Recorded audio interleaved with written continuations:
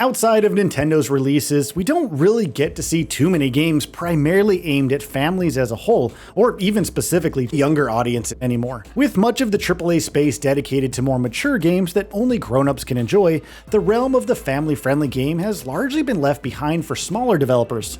Weird Beluga is one such team with its latest outing, Duskfade, that attempts to tell a story that wouldn't be too out of place in an animated movie, paired with gameplay that feels like it was ripped right out of a bygone era of gaming.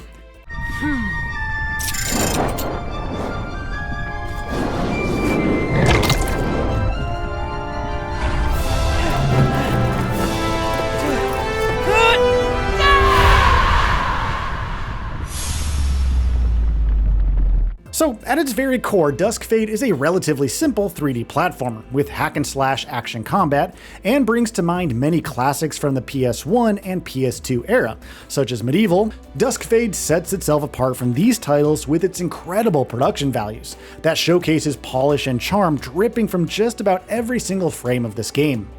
The general story setup for Duskfade is quite simple, taking place sometime after the death of their grandfather has left Zirian and his sister Alira grieving. While life has continued for Zirian in the meantime, Alira has decided to lock herself in a room to work on something that will radically improve both of their lives. However, her experiments go horribly wrong and a massive mystical clock tower springs out from the center of town.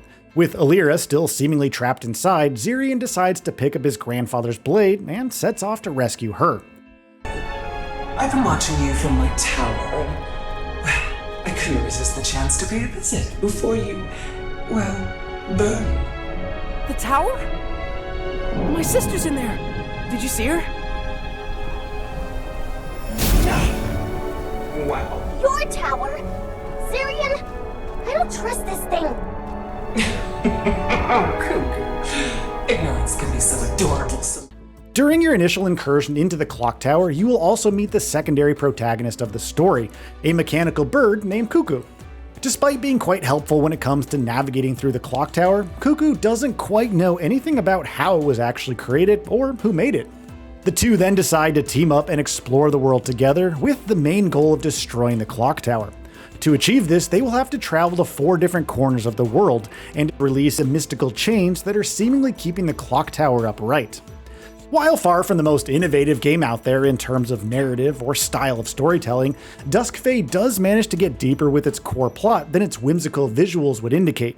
A core theme behind the entire story is the notion of grief, and how various characters often tend to find their own ways to deal with losing loved ones. Along with Alira and Zirian themselves showcasing 2 distinct examples of people dealing with grief in their own ways, the various citizens of the world that you can interact with also tend to have something that they're grieving over as well. In terms of a narrative throughline, this works fairly well throughout the game, and is executed with subtlety here, ensuring that you're never really beaten over the head with a large bat emblazoned with the word grief on it.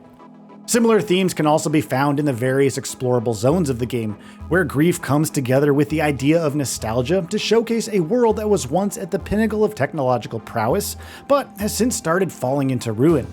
The core story also has an underlying plot that revolves around the master clockmakers, having long since disappeared before the events of this game. Along with rescuing Alira, discovering the relationship between these clockmasters and the protagonist's own grandfather forms the main narrative backbone for Duskfade as a whole. Now, when it comes to the world itself, Duskfade shows quite a bit of imagination. Rather than simply opting for the naturalistic landscapes that one would expect from a fantasy setting these days, you instead get to double jump, grind, and wall run through some downright fantastical environments that can range from a ruined village, now covered in flames, to a series of strange crystal-laden floating islands, and even some beautiful gothic buildings that seem to be tearing themselves apart due to temporal rifts popping in and out of existence.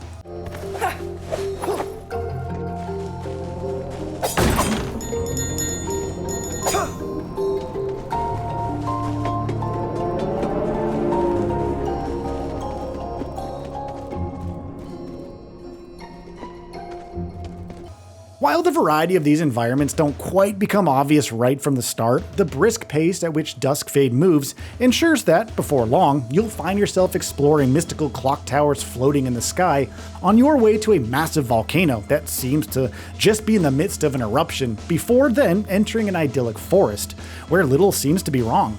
While the way I may have described these levels might make the world seem disjointed, Duskfade is actually quite clever about how it transitions you between areas, with a few loading screens along the way acting as a metaphor for large distances between said zones being covered. Now, on the gameplay side of things, Duskfade is first and foremost a 3D platformer. Most of your time will be spent running around the world and navigating the various environmental obstacles along the way. While much of the gameplay is quite simple, with the player occasionally being asked to combine things like rolling, double jumping, and wall running, there is also an attempt to add some depth to the platforming with the inclusion of more advanced moves. For example, jumping right after a roll will propel you much further than a typical jump and roll combo would. However, these moves never really feel necessary to proceed along the critical path, and are instead more useful for discovering secrets. Duskfade also has combat, and this is where the gameplay feels like a bit of a letdown. Most encounters in the game can be handled by simply mashing on the single attack button you get, and as you get further into the game, you'll grow your arsenal of moves with things like new combo enders and special abilities. Despite this, however, combat tends to feel quite floaty overall, and outside of a few boss encounters, doing more than simply mashing on the attack button and occasionally dodging feels like a waste of time.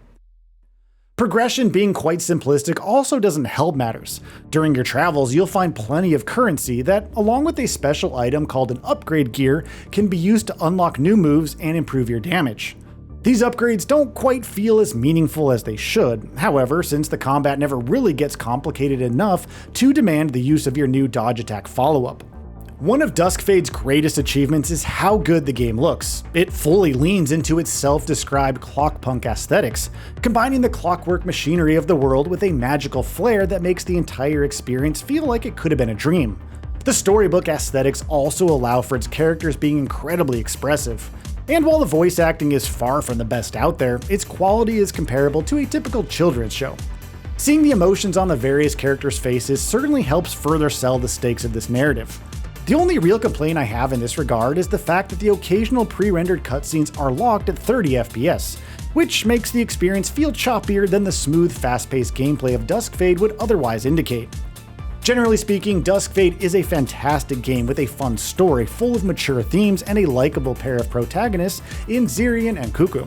While its combat might feel simple and even shallow, the gameplay doesn't feel out of place for what the game is trying to be at its core, namely an approachable 3D action platformer that can be enjoyed by just about any member of the family. So what are your thoughts on this? Go ahead and share them in the comments below. And if you like this video, please subscribe to the channel and enable all notifications by clicking the bell icon to get new video updates. We upload every day and would really appreciate your support. Thanks for watching.